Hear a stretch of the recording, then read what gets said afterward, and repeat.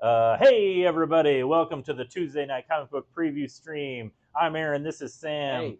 and we're going to show off some comics that come out tomorrow. We're here for Fantasy Books and Games. That's us. That's the store, right? Yeah, Okay. yeah, that's us. Yeah, and I was just telling Sam I was flipping through my stack because it's like a pretty decent release week, I Yes. think.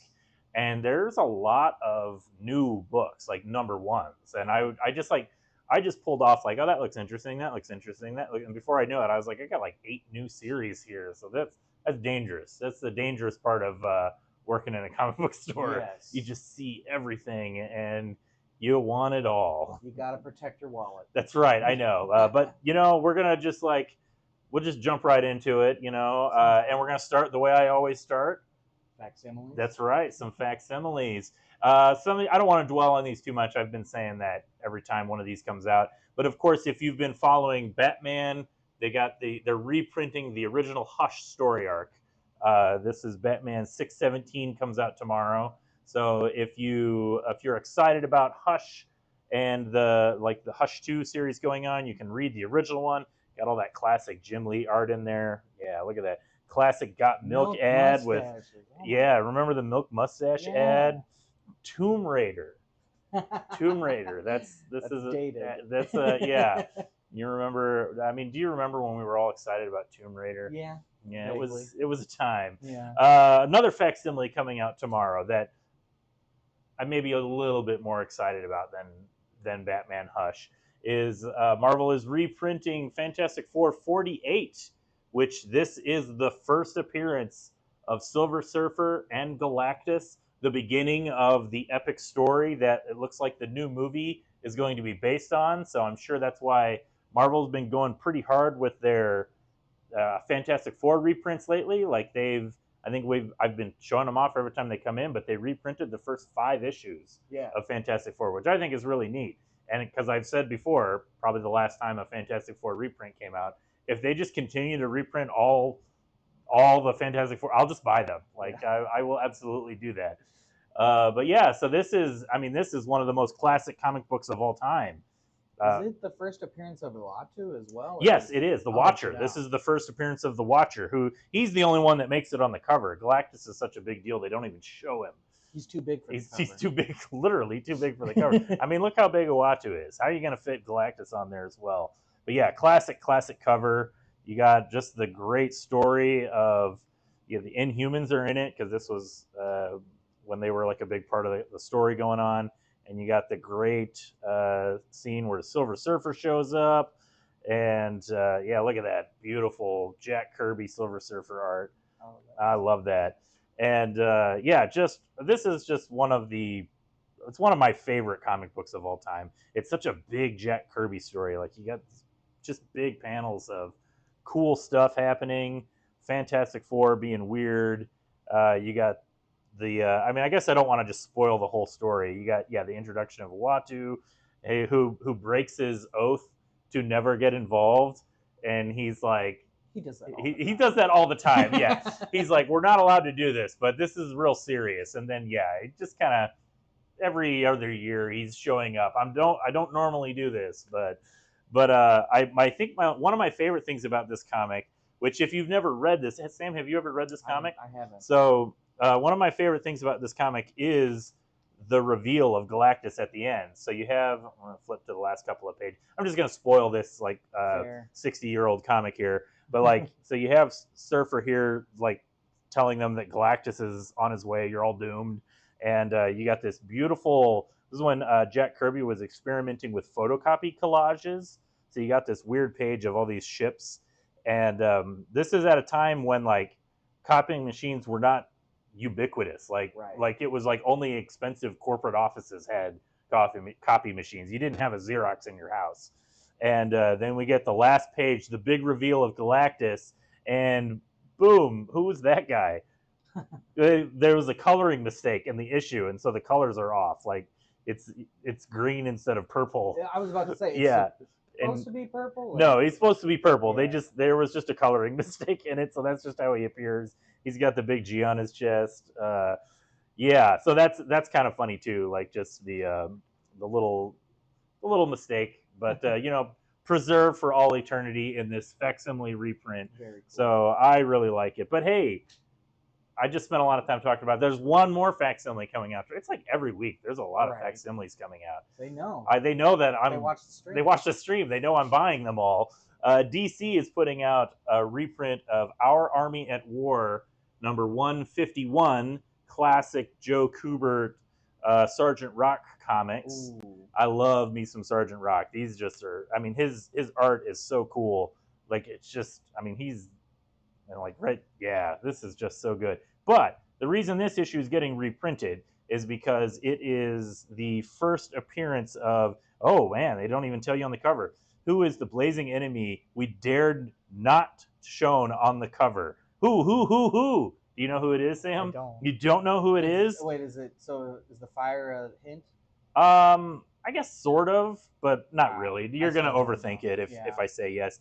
It's Enemy Ace, the first appearance of Enemy Ace, who I'm, Sam, I know you know comics, but I won't judge you if you don't know who Enemy I don't Ace know is. who Enemy. He's a famous war character that DC published. Okay. His whole thing though, he was a German fighter pilot in World War I, so that's why he's Enemy Ace. So it's one of the, like, he was kind of the villain of the stories, and just like biplane dogfights, but looks really cool. Yeah. Think Red Baron from Snoopy. Yeah, Probably a little more menacing. a little, yeah, maybe a little bit, but Yeah. very excited to have this one. Just cool stuff. Okay, let's get on to some newer, fresher stuff. Yes. There is a hardcover graphic novel coming out. I just barely got a chance to flip through it, but I read the first dozen pages or so. This is Alison Bechdel's Spent. This is her brand new book. She's the author of Fun Home, I think is probably her big breakout, That's the big one. her breakout book. But what's cool? This is her newest book. It's a fiction book, and I guess right on the front, it's interesting to note these are signed first editions. So these books that we have in the store, they're actually signed by Alison Bechdel. Oh, that's so cool. So that is really cool. And what kind of hooked me about this book is that it's a fiction story that's set up like it's kind of nonfiction. She's the main character in it. Like, the main character is a cartoonist named Alison Bechdel, but it's not. I should backtrack a little bit. I'm sure that a lot of it is informed by her personal experiences, but it's a completely like fictionalized narrative. And there's kind of this fun thing. So she and her significant other own a goat farm, and they like take care of goats. And she's a famous cartoonist, like in the story. And see if I can find the page here. Oh yeah. So like her famous book is called Death and Taxidermy. And if you've read Fun Home, that's the cover of Fun Home. Just like it's a riff on it. And one of her earliest comics that she did, I think, was called what was it? Dykes to Watch Out For. And in this one, her original comic is Lesbian PETA Members to Watch Out For. And just a lot of like fun stuff like that, where it's I would describe it as very Charlie Kaufman-esque, Right. where it's like she's written herself into a story, and it's kind of real, like that makes it real in its own weird way, but it's also not. She doesn't literally own a goat farm, as far as I know. I mean, I guess she could, Yeah. but I think she's a professor at Harvard. But there's nothing saying she can't also have a goat farm.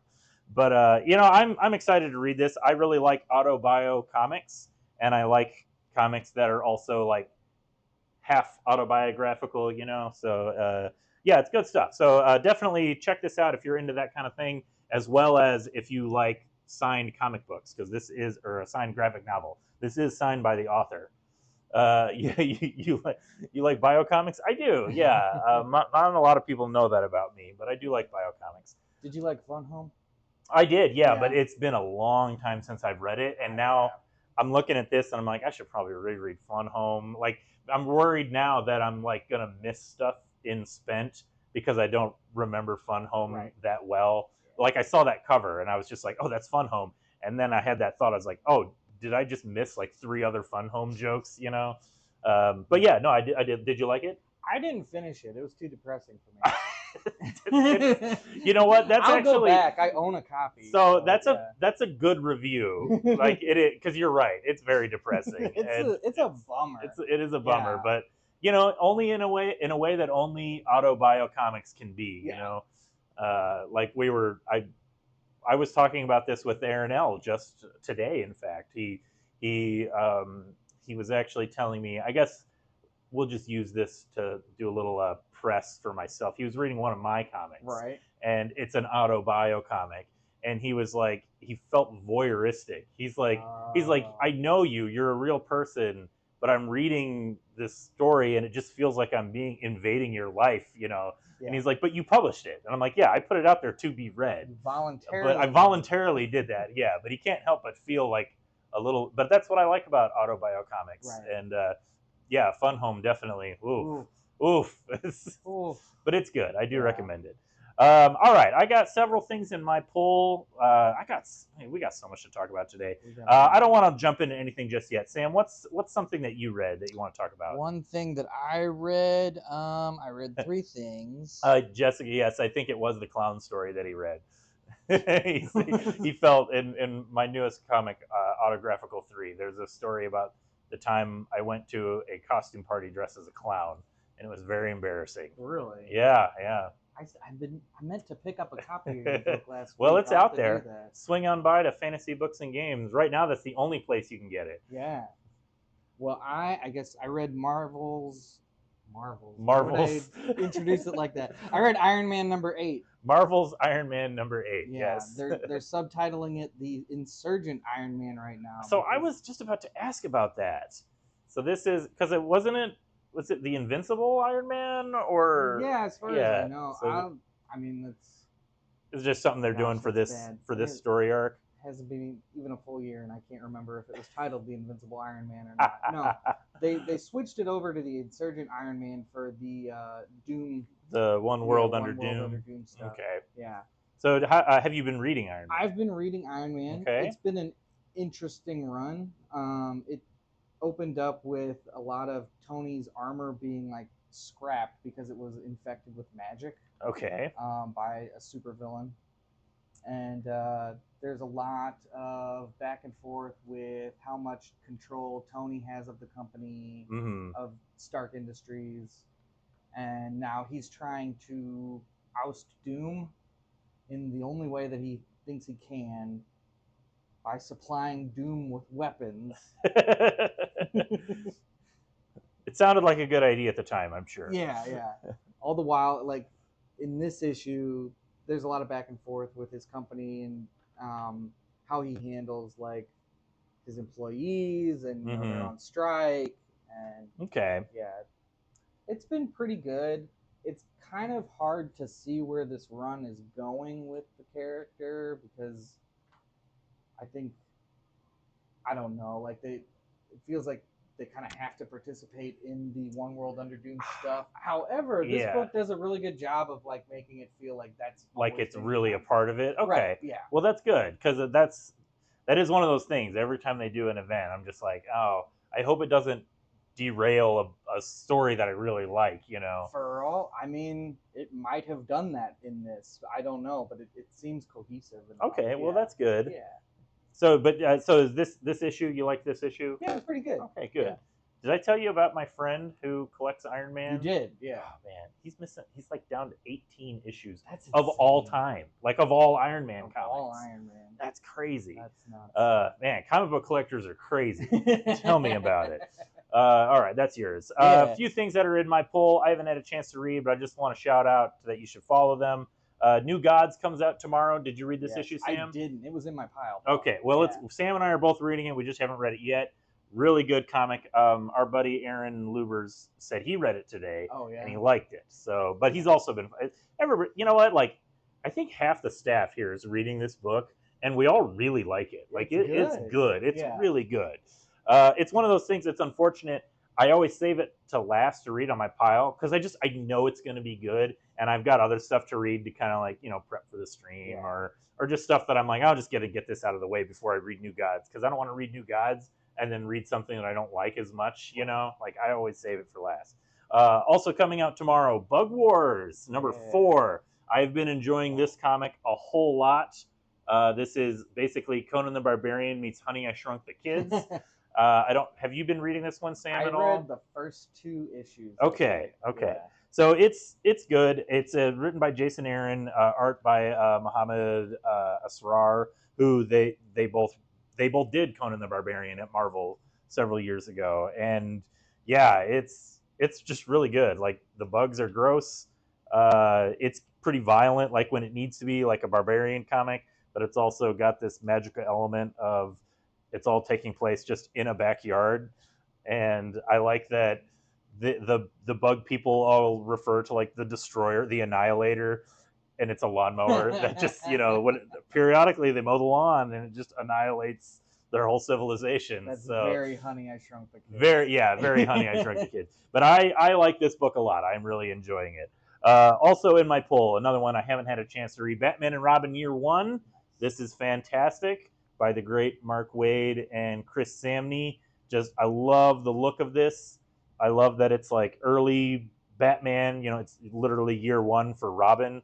So just it's not the overpowered Batman. You know what I mean? It's like he's still learning. He's still getting a feel for it, and he's also he's learning how to deal with raising a kid essentially, because he's never really had parents, and Dick Grayson is a lot different than he is personality wise, and so I think that's why I like this so much. Is Mark Waid really dives into how the two drastically different character types of Bruce Wayne and Dick Grayson, how they can function and operate so well as a team, and it's just really good.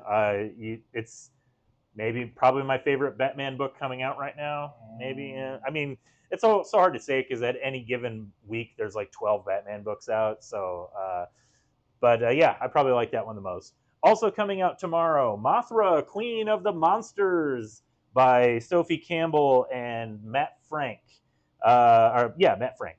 And this, I haven't had a chance to read this one yet, but this one I enjoyed the first 2 issues a lot. It's a cool comic. There's like weird time travel. There's giant kaiju monsters, and it's got the Mothra twins, like the little fairy twins. Have you ever seen Mothra, Sam? You don't know? It's weird. I know about the twins. Like okay, they're like the little fairy twins. Yeah. So these characters that are like original characters for this story, where they're twins, and the fairy twins are like, oh, you have to synchronize your chi to save Mothra.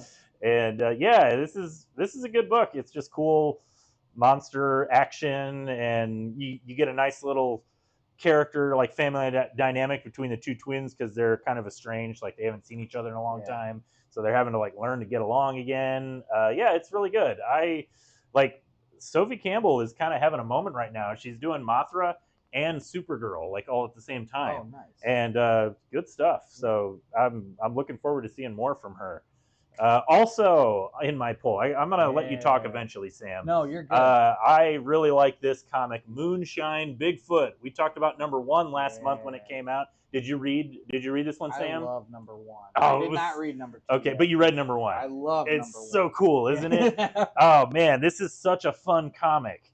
It's written by Mike Marlin, pencils by Steve Ellis, and the co-writer and inker is Zach Howard. And Zach is a really good artist in and of himself. Like he's done a lot of stuff, but it's interesting how he's inking this but not penciling it. But he has some really strong inks, because it just looks so much like his artwork just from the inks. So he's probably working with a guy. I apologize, Steve Ellis. I'm not familiar with your work, but it's just such a good looking book. It's very 70s, 1970s, it's like, look at all this stuff that's going on just on this double page splash. The main character is Bigfoot, his hippie girlfriend who's in Daisy Dukes. They've got like a muscle car. There's like a supervillain, like a James Bond villain, or like an A-Team kind of a thing going on. There's like cryptid hunters. There's a La Chupacabra on the loose. This comic is wild. I really like it. Yeah, just very cool. So yeah, like I said, I haven't read issue 2 yet, but looking forward to it.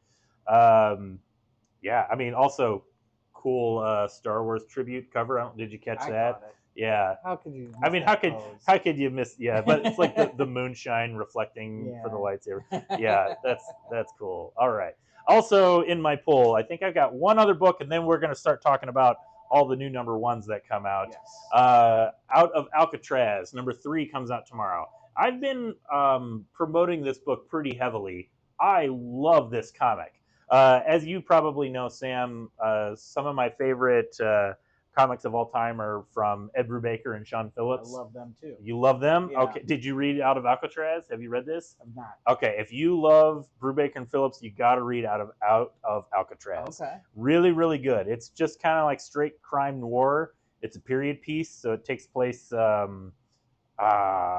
don't remember if they gave an exact year, but it's like when Alcatraz was in operation. And it's just about a jailbreak, and these 2 criminals are they're on the lam, and there's, yes. That art style looks really familiar. It does. This is by, it's Tyler Crook, who Harrow County? Oh, I believe so, yeah. Oh, really? Harrow County. I think that is correct. And written by Christopher Cantwell, who's he's done a lot of stuff. Most recently, I believe he did that Plastic Man series that I really liked. Cool. For a DC Black Label. But yeah, Tyler Crook, Harrow County, I believe is correct. So It's a good-looking book. They just nail like the tone. I love it just looks like a period piece, without having to tell you. It's like, beautiful, yeah, it's really good looking.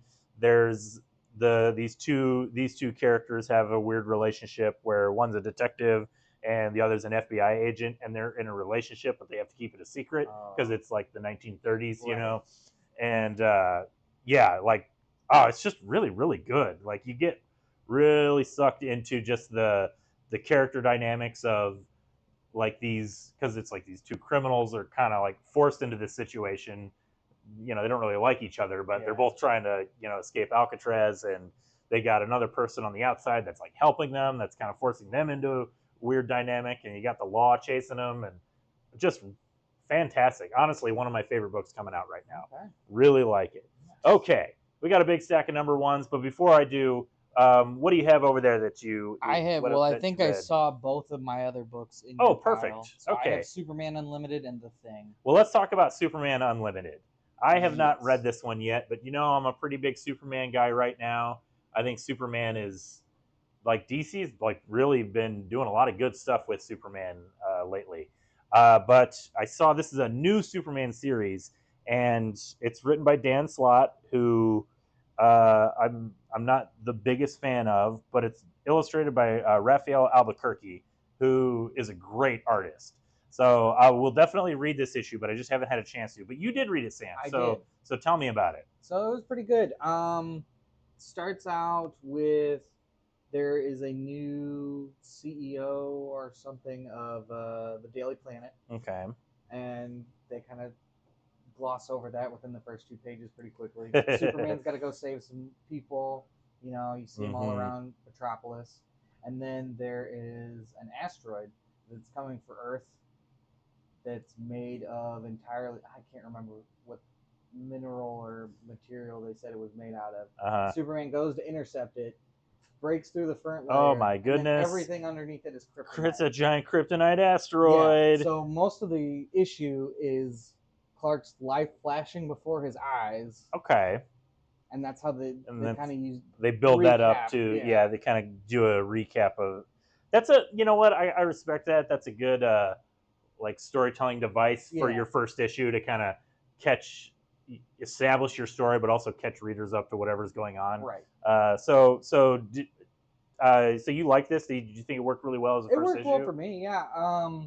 It was definitely, like, when I was reading it, I even asked you, like, hey, was Lex actually from Smallville? Because that detail totally missed me. Yeah, like except in a couple of books where it's just like, oh, I thought the writer changed it for creative liberty. Right. Well, because like, did you read the Last Days of Lex Luthor? I did. Okay, so there was that one. I think that one.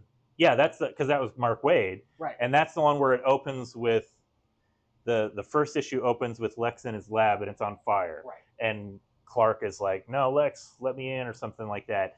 And I joked when that came out, which, by the way, that was like 2 years ago when that issue came out. And I joked that Mark Waid was riffing on the classic '70s issue of Superman where they reveal why Lex Luthor is bald, and it's because I think they were, because it's like he was there was an explosion in his lab, it was on fire, and Superman saved him by using his super breath to blow out the fire, but it also blew all of Lex's hair off, and that's why Lex Luthor hates Superman, because he made him bald. But they didn't do that literally in the comic, but I thought they were kind of riffing on it with the lab on fire.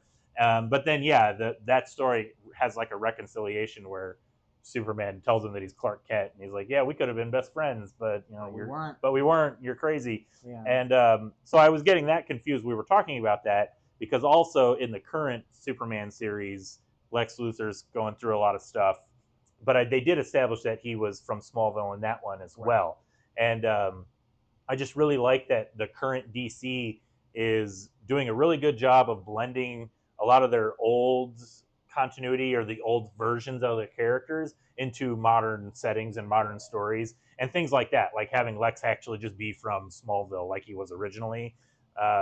Nobody probably even realizes that, because once it was rebooted after Crisis of Infinite Earths, that was probably the first thing that was dropped, and nobody cared because, it's kind of silly for Lex and Superman to both grow up in the same town as each other. Funny, yeah. It's a little, it's a little whatever, but I kind of like it just because, like, it's interesting. Like, it does play the character dynamics of them against each other, of how, like, they're both kind of from the same place and they both have different worldviews, but they both kind of have the same upbringing to a certain degree, like they're both small town boys. Anyway, but yeah, so I'm really enjoying Superman, but I don't know if I need another monthly Superman book. You know what I mean? Yeah. Like I don't know, but you said this was good, so I'll definitely read it and check it out. I don't know. Was there anything else that you needed to mention? Odd obsession with. There's this statue that's kind of like a reoccurring motif in the book, and this is, I think, is when he's younger, and as Superboy, Clark is like, "Whoa, when do I get an eagle?" Because yeah, eagle on his arm, and so that's a famous cover from the 40s. It's a motif that they've done with Superman a lot. Yeah, of him standing there, with the eagle, and American patriotism swells. The only time I can think of it is in Dark Knight Returns when he's got the eagle. Yeah. It kind of takes on a different meaning. It does, yeah. It's a little. It was done ironically there. Right. But yeah, okay. So this is good. All right. Well, it looks good. I can definitely agree with that. Okay, another number one that comes out tomorrow. I'm not going to flip through this one. I'm just going to briefly mention it.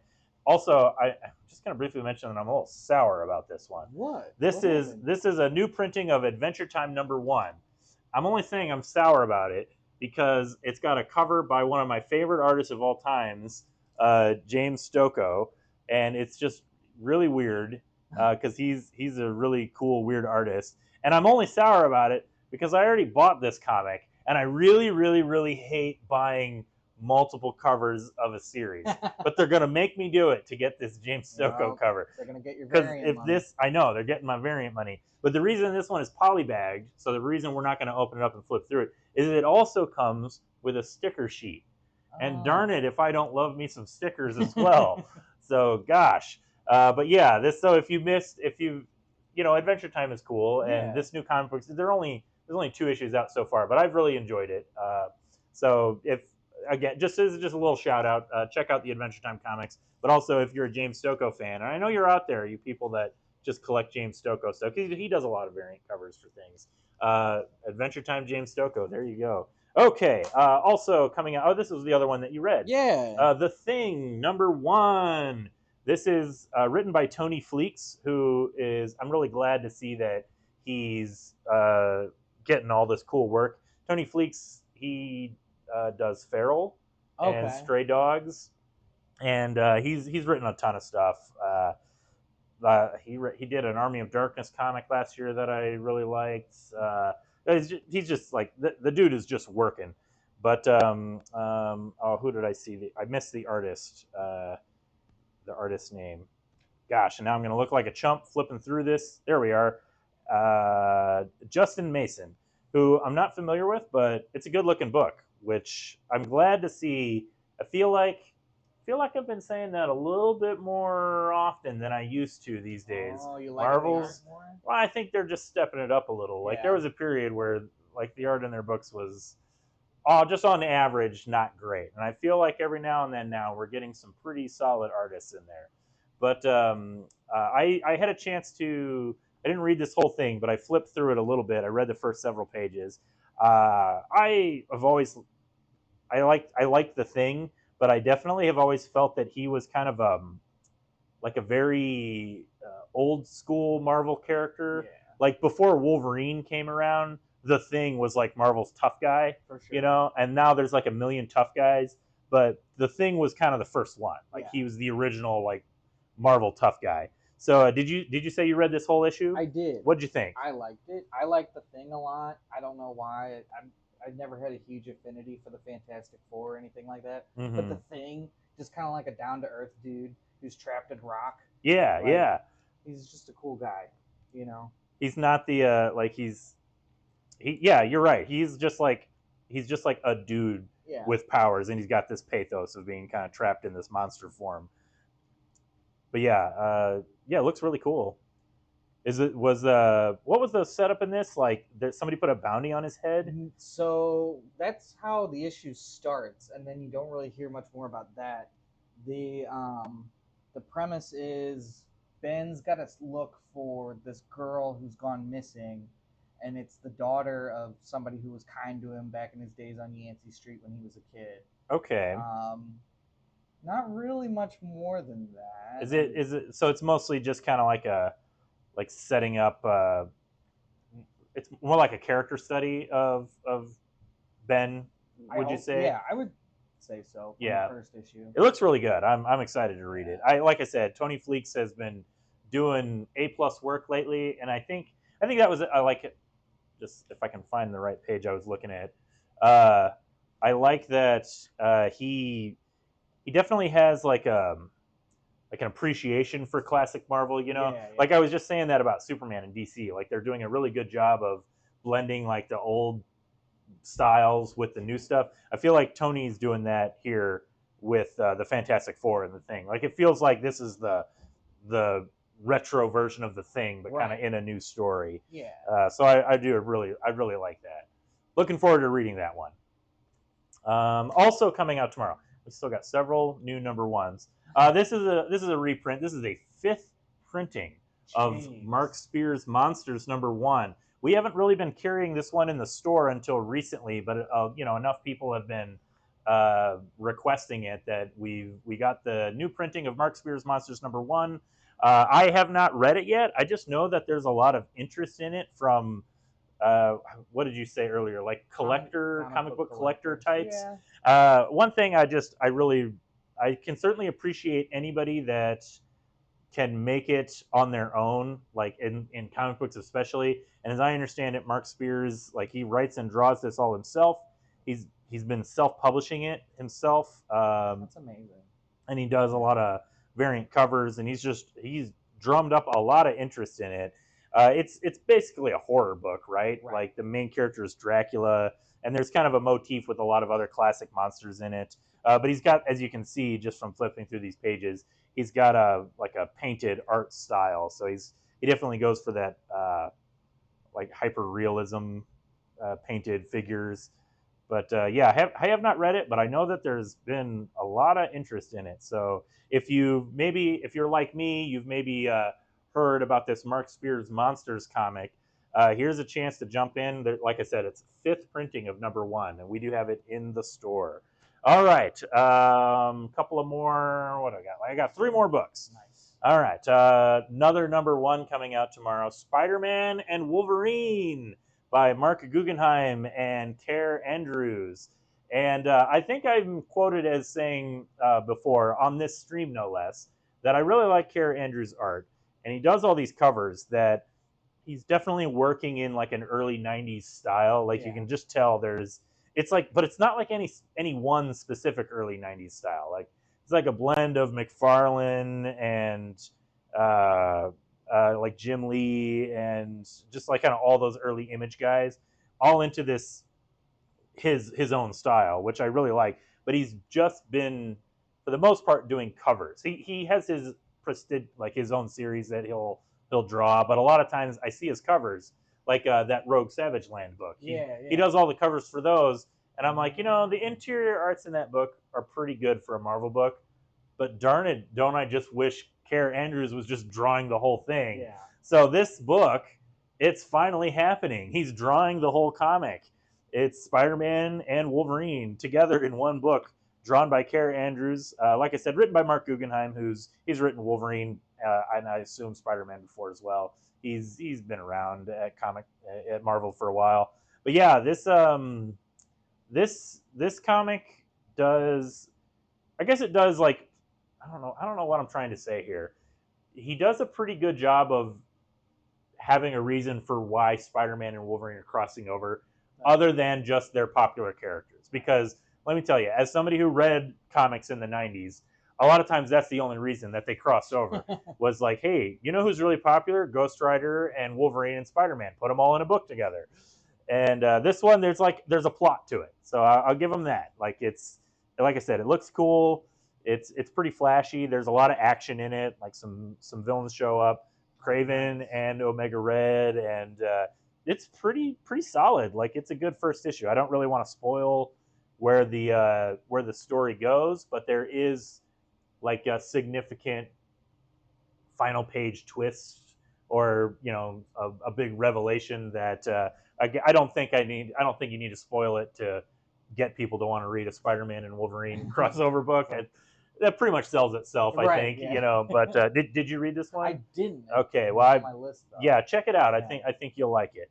All right, I have 2 more books here. Now, these are books that I was very excited to read. I have been anticipating these books for a long time, and I don't even know where to go first. I guess we'll just start with the one that's on top. This is Sleep, #1 by Zander Cannon. I am a big fan of Zander Cannon. He most recently did a book at Oni, and it's funny, I say most recently, but it was like 3 years ago, I think.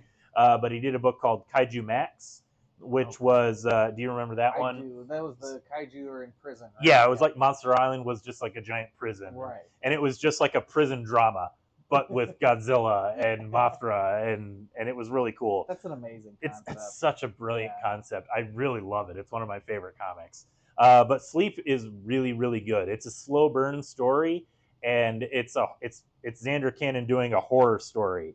And as you can immediately tell just from like the first few pages, there's an interesting artistic motif going on where it's in black and white, but certain specific objects are just the color red.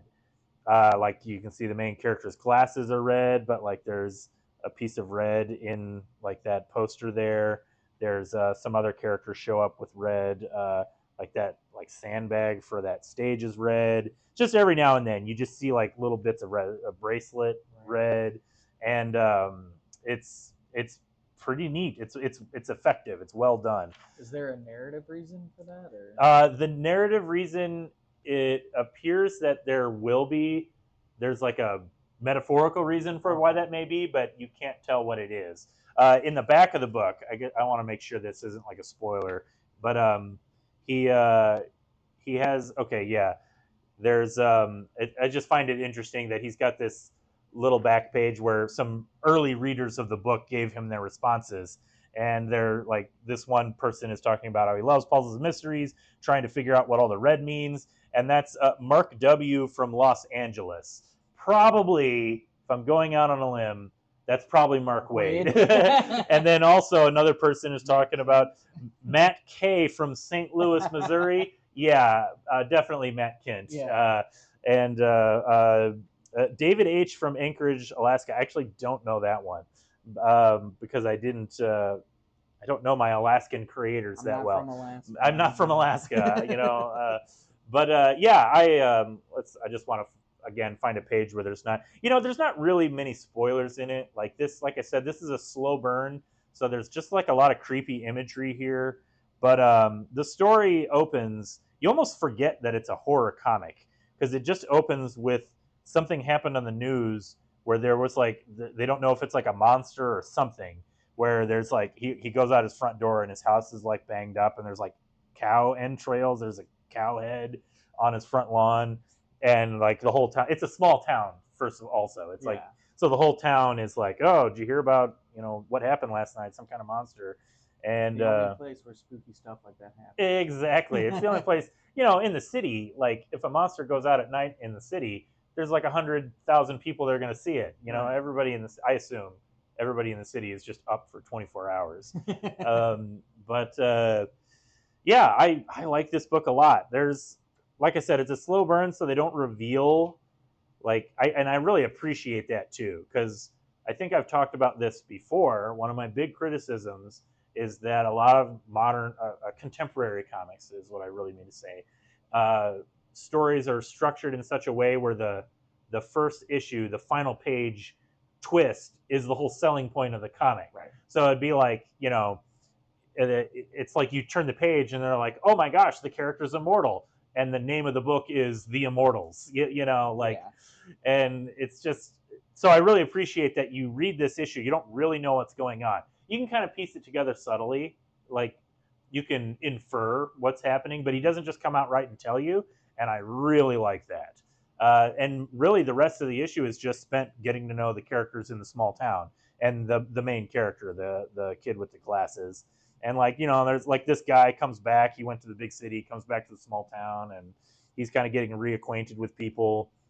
The main character works at a coffee house, and you just get some like funny little character moments of like this old lady that pays for a coffee with a check for $1.83 or 95, whatever. Just little things like that. But it's really, really good. I definitely recommend checking it out. And also this cover, like this is a pretty cool cover. Like I guess you're forgiven if you think maybe this comic is going to be bloodier than it is, because this is like, but it's such a really, I like this cover. This like monster that's made up with faces, and there's the pentagram in the eyes. Religion definitely plays a big part of it. Did you all get any copies of RoboWolf by chance? Well, what a coincidence you asked that. Let me get the what a coincidence you asked that, because that's the next comic we're talking about. Nice. So this is RoboWolf. Good. This is the last comic we're going to talk about. This is by Jake Smith, who he did the Godzilla War for Humanity book last year that I really liked. I hyped that up a lot. He does an indie comic called Blood Force Trauma, which he's kickstarted it a few times. And then a trade paperback got put out by Dark Horse, so that's a cool comic you should check out as well. If you like the look of RoboWolf, you'll definitely like Blood Force Trauma. And I mean, just look at this. Like this is like the fake 80s, like this logo and all the colors, and the main character is a cyborg wolf guy with these shades and an Uzi. And like this guy who's like a skull, like a floating skull for a head with a mohawk and sunglasses. This is a cool comic. It's very irreverent. It's very funny and very silly. And the main characters are all like criminals. They're like a gang, and they have like a battle wagon that looks like a Ninja Turtles vehicle. And look at this beautiful double page spread. Oh my God, that is so cool. It is sick. I really like this comic a lot. It's very tempting to say this is my favorite comic that came out this week, just because it's just so cool looking. And I think the way I was thinking about it, so I was trying to think of how I would describe this, because like it's one thing to just say like, oh, it's like 80s, because look at the cover, look at the colors, and like, but the character designs are really neat too. Like they're all like really bizarre, like RoboWolf's daughter. Like look how super cute that is. That is super cute. And they like he lays the plot on really thick, where he's a single dad who doesn't ever spend any time with his daughter because he's got to work, i.e. do crime. Rob banks and stuff. And so it's her birthday, and he's got to find her the perfect gift. But all she really wants is to spend time with him. But he leaves her to go get the perfect gift. And then when they come back, she's been kidnapped, and he has to go find her. That's your basic setup.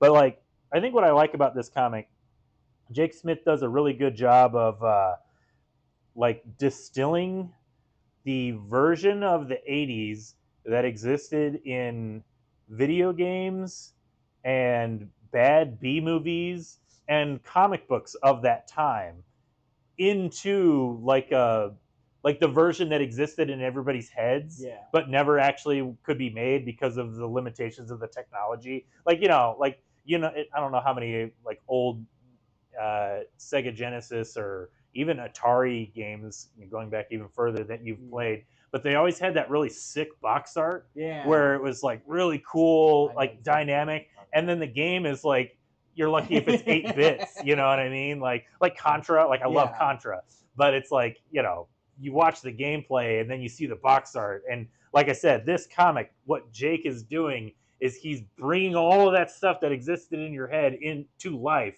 into a full comic, and it is pretty great. I really like it, and Jake's a good dude. I've met him at conventions a few times. Oh, have you? He's from Kansas City, so Okay, cool. if you ever go out to any conventions in Kansas City, you probably catch him. Yeah, he's a cool dude, cool comic. Yeah, like I said, definitely check it out. You're not going to see anything else like it. All right, I'll have to check that out. I recommend it. You should read it. Okay, that's everything that we got for today. So yeah, we're gonna wrap it up just a little earlier than normal, which is kind of nice because normal for us has been going like 5 or 10 minutes past the time that we're supposed to do it. So early is basically just on time. So good for us. Nice. But thanks everybody for checking out the stream. I hope you saw some comics that you like. Like our friend Dan says, there's comics out there for everybody. It's not just superheroes.